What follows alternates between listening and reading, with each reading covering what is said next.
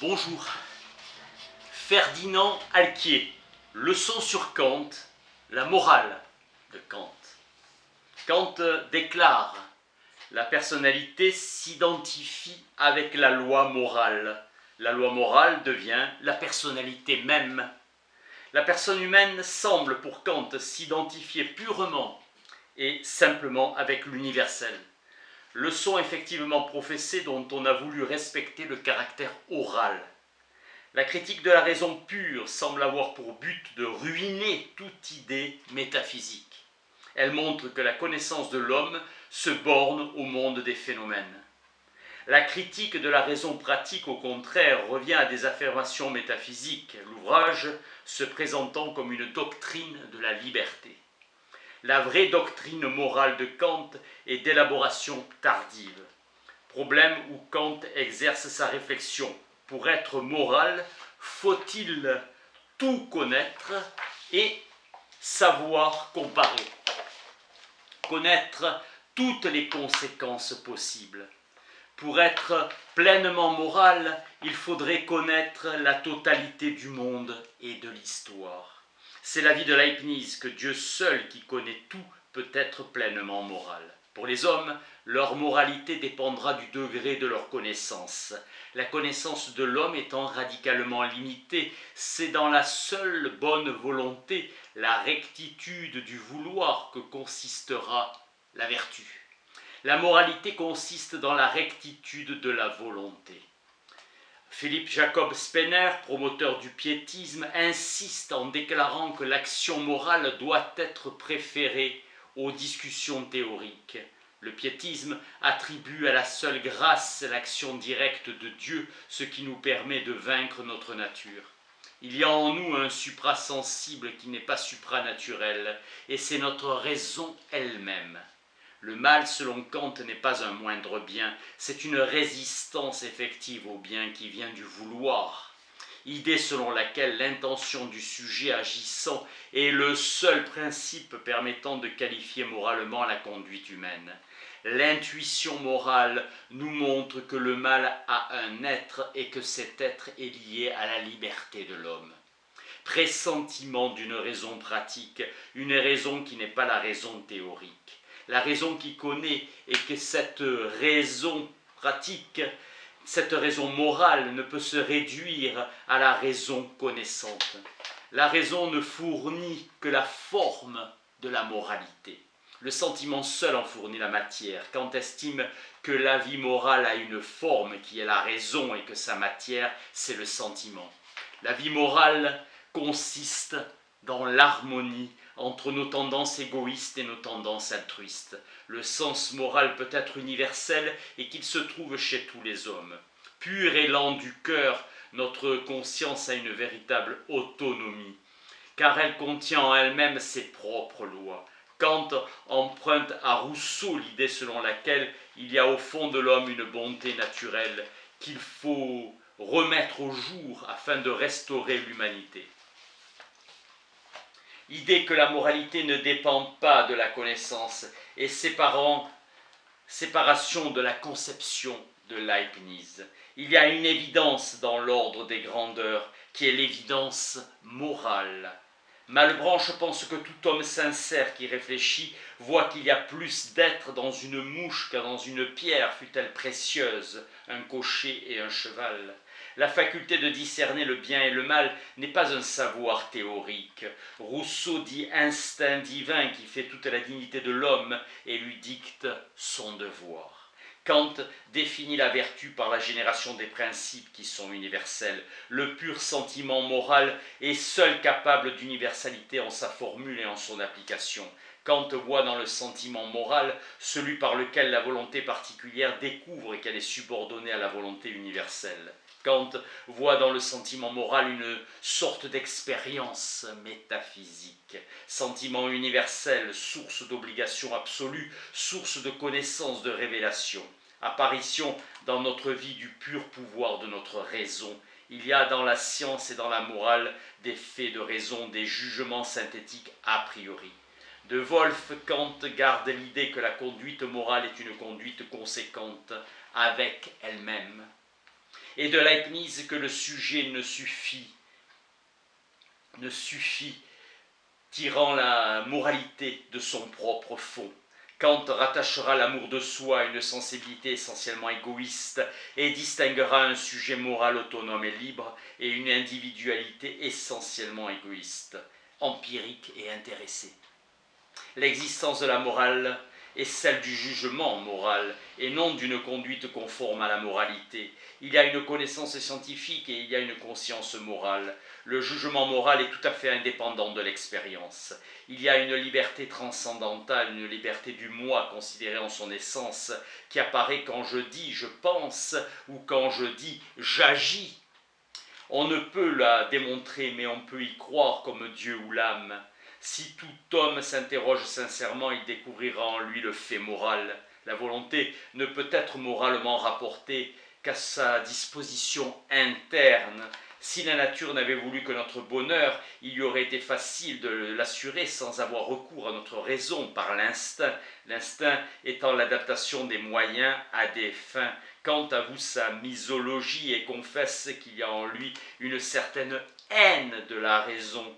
Il consiste que tous ceux qui se consacrent à l'étude ne se sentent pas vraiment heureux. Une vie plus simple leur donnerait ce bonheur que la raison leur refuse. Idée que la civilisation éloigne l'homme du bonheur, rêve de la philosophie des Lumières selon laquelle l'humanité va être heureuse. La bonne volonté est bonne en soi. La volonté n'est bonne que si elle est volonté d'agir par devoir. Le devoir est la nécessité d'accomplir l'action par pur respect pour la loi. La conscience populaire a raison et doit se fonder sur une vraie métaphysique des mœurs, idéal de pure perfection morale. Dieu est la fin unique vers laquelle tous les hommes tendent en le sachant ou en ne le sachant pas. L'impératif catégorique est celui qui représente l'action comme nécessaire en elle-même, en soi, sans rapport avec un but quelconque. Hegel reprochera très vivement à Kant ce qu'il considère comme une inconséquence, cette séparation radicale établie par la morale kantienne entre l'être et le devoir d'être.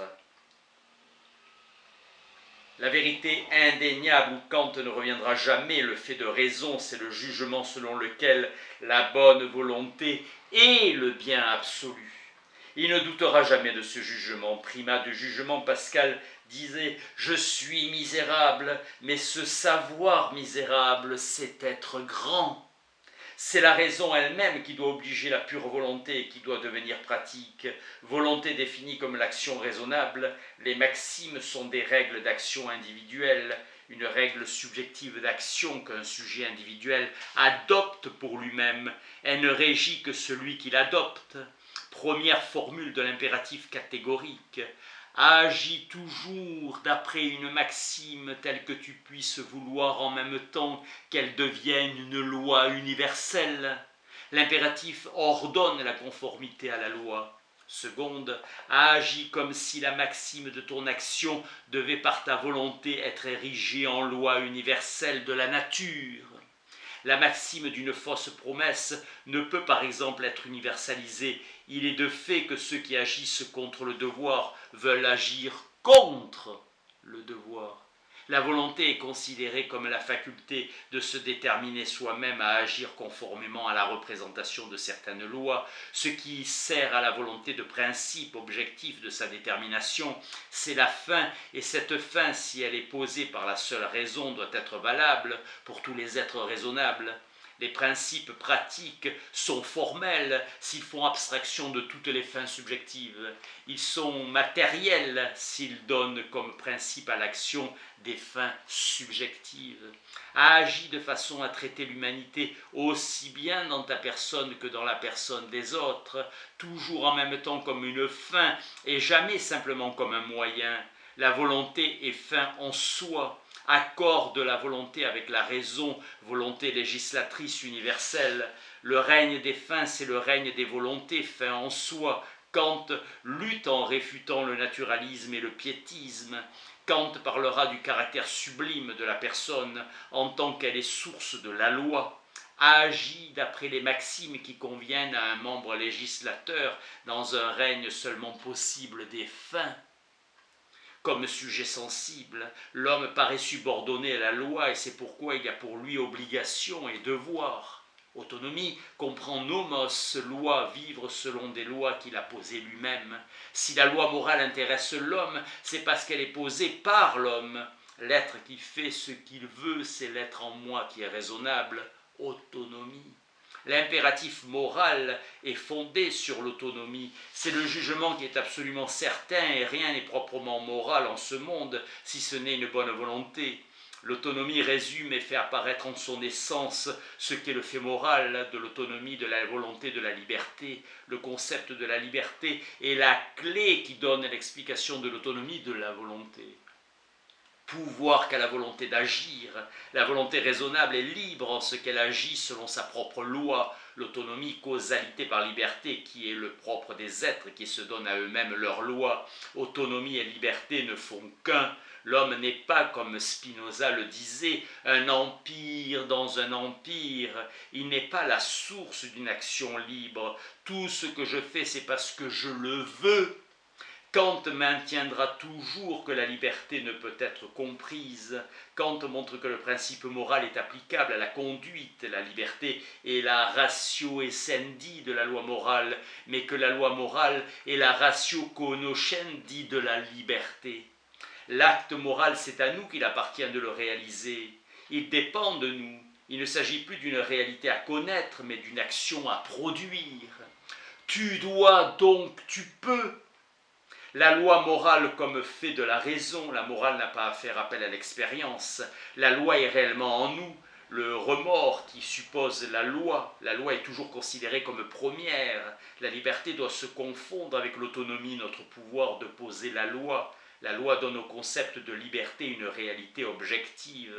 En affirmant la liberté, nous affirmons l'autonomie. Nous sommes libres dans la mesure où nous sommes moraux. La seule volonté libre, c'est la volonté morale. L'expérience morale est celle du remords, de la mauvaise conscience. Perspective chrétienne quant à le sens du péché. L'action mauvaise dépend entièrement de moi et justifie intégralement la responsabilité. Lucidité de la conscience populaire. Toute action faite avec intention a pour fondement une causalité libre. La liberté comme postulat est la puissance de produire la vertu et de préparer l'événement du souverain bien. C'est la dignité de l'homme de ne devoir sa perfection qu'à lui-même. Idée de liberté de choix, liberté de la vertu. Il y a pour Kant la raison et l'être. La loi morale donne à la liberté une détermination. Le concept central de la morale de Kant est le concept de l'autonomie. L'acte essentiel de la liberté, c'est l'acte moral, l'acte qui pose la loi. Chacun tiendra pour possible d'accepter la mort plutôt que d'agir contrairement au devoir, à la liberté. Les seuls objets de la raison pratique sont le bien et le mal, valeur de la conscience, de l'intention. La véritable liberté de l'homme coïncide avec la volonté morale, la volonté raisonnable. Être moral consiste à se représenter la loi elle-même dans sa rigueur et son autorité et à faire de cette représentation le principe déterminant de la volonté. C'est la loi et elle seule qui doit être le mobile moral. Le respect est pur respect moral et a la loi seule pour objet. La sensibilité de l'homme n'éprouve pas d'amour pour la loi, mais elle s'humilie devant elle, rabaissement de l'égoïste en niant la légitimité de soi, renversant la présomption par laquelle chacun veut plier l'univers à ses désirs, en s'estimant supérieur à la moralité. Le respect comporte crainte, contrainte et sacrifice est lié à la subordination. À l'autorité absolue de la loi, nous devons respecter nos semblables pour la seule loi morale présente en eux. Tout homme qui se subordonne à la loi sait qu'il fait bien. La morale chrétienne est une morale d'amour. Commandement évangélique, aime Dieu par-dessus tout et ton prochain comme toi-même. Modèle dont nous devons tendre à nous rapprocher sans cesse. La vertu est le seul bien suprême. La vertu sera ce qui nous rend dignes d'être heureux. La vertu demeure la condition morale du bonheur. Il manquait au moral grec l'idée d'un autre monde, monde numéral dans la conception philosophique de Kant et dans la religion chrétienne. Il n'y a qu'une fin pour la nature humaine, c'est d'être heureux. La vertu devient un moyen de parvenir au bonheur. Qu'est-ce qu'être heureux? C'est savoir se rendre heureux. Aux morales antiques, Kant préfère la morale chrétienne, orgueil et fanatisme des anciens sages stoïciens, idéal où la conscience de l'homme se croit plus haute que la loi. Kant dit que le désir du bonheur soit le mobile des maximes de la vertu, ou que les maximes de la vertu soient la cause efficiente du bonheur. La vertu dépend de la loi, c'est selon la loi du monde sensible que la vertu engendre le bonheur. Faux! Le bonheur n'a de sens que par rapport à la sensibilité. La connexion de la vertu et du bonheur se fait avec Dieu, un autre monde. Antinomie de la raison pratique, où l'homme peut se représenter au moins comme possible une liaison naturelle nécessaire entre la conscience de la moralité et l'attente d'un bonheur proportionné à la moralité dont il serait la conséquence. Paradis pour les gens vertueux. Postulat de l'immortalité de l'âme, durée indéfinie, qui est pour Kant la condition de la vertu. L'âme pourra se rapprocher indéfiniment de l'état de sainteté et ainsi mériter le bonheur. Dieu est le souverain bien primitif qui rend possible le dérivé, à savoir le meilleur monde, monde dans lequel le bonheur sera donné aux êtres vertueux. La véritable essence de la moralité dans la stricte soumission au devoir, idée que l'homme sera heureux car il méritera d'être heureux. La raison pratique rend nécessaire Dieu. L'idée de la perfection divine est avant tout l'idée d'une perfection morale. Il est donc moralement nécessaire d'admettre l'existence de Dieu. Cette nécessité morale est subjective, elle est un besoin. Notre devoir est de travailler au souverain bien et le devoir conduit à Dieu. La morale conduit à la religion. Kant critique l'insuffisance des écoles grecques. Seul le christianisme propose un concept du souverain bien qui satisfasse aux exigences les plus rigoureuses de la raison pratique. La morale se fondant sur la religion proprement dite, sur la croyance en Dieu. Pour Hegel, la religion vraie est révélée. Pour Kant, la morale est notre seule certitude. Le christianisme, religion qui donne toute sa place à la pureté de l'intention. La morale nous enseigne seulement comment nous devons nous rendre dignes du bonheur. Supprimer le savoir pour laisser place à la croyance. Kant réfute le savoir-Dieu. Il condamne et déclare impossible l'épreuve de l'existence de Dieu. Il est convaincu que la vraie grandeur de l'homme, c'est la seule moralité. Kant refuse le savoir absolu qui sera pour Hegel fondamental. Kant veut sauver l'homme comme être moral. Descartes a ramené toute liberté à la liberté éclairée, la liberté liée à l'ignorance, étant le plus bas degré de liberté. La liberté d'indifférence est aussi liberté de choix, pouvoir qui fait toute la dignité de l'homme. Avec Kant, pour que la moralité soit fondée, il faut que mon savoir s'arrête à ce monde. Il faut que je sache mon devoir sans savoir si son accomplissement entraînera pour moi le moindre bonheur. Le devoir s'impose au prix du malheur. Espoir nouveau, celui de la raison, Dieu posé à titre de croyance, ne jamais confondre ce que je sais, ce que je dois et ce que j'espère. Trois réponses résolument distinctes à que pouvons-nous savoir? Que devons-nous faire? Que nous est-il permis d'espérer? Merci.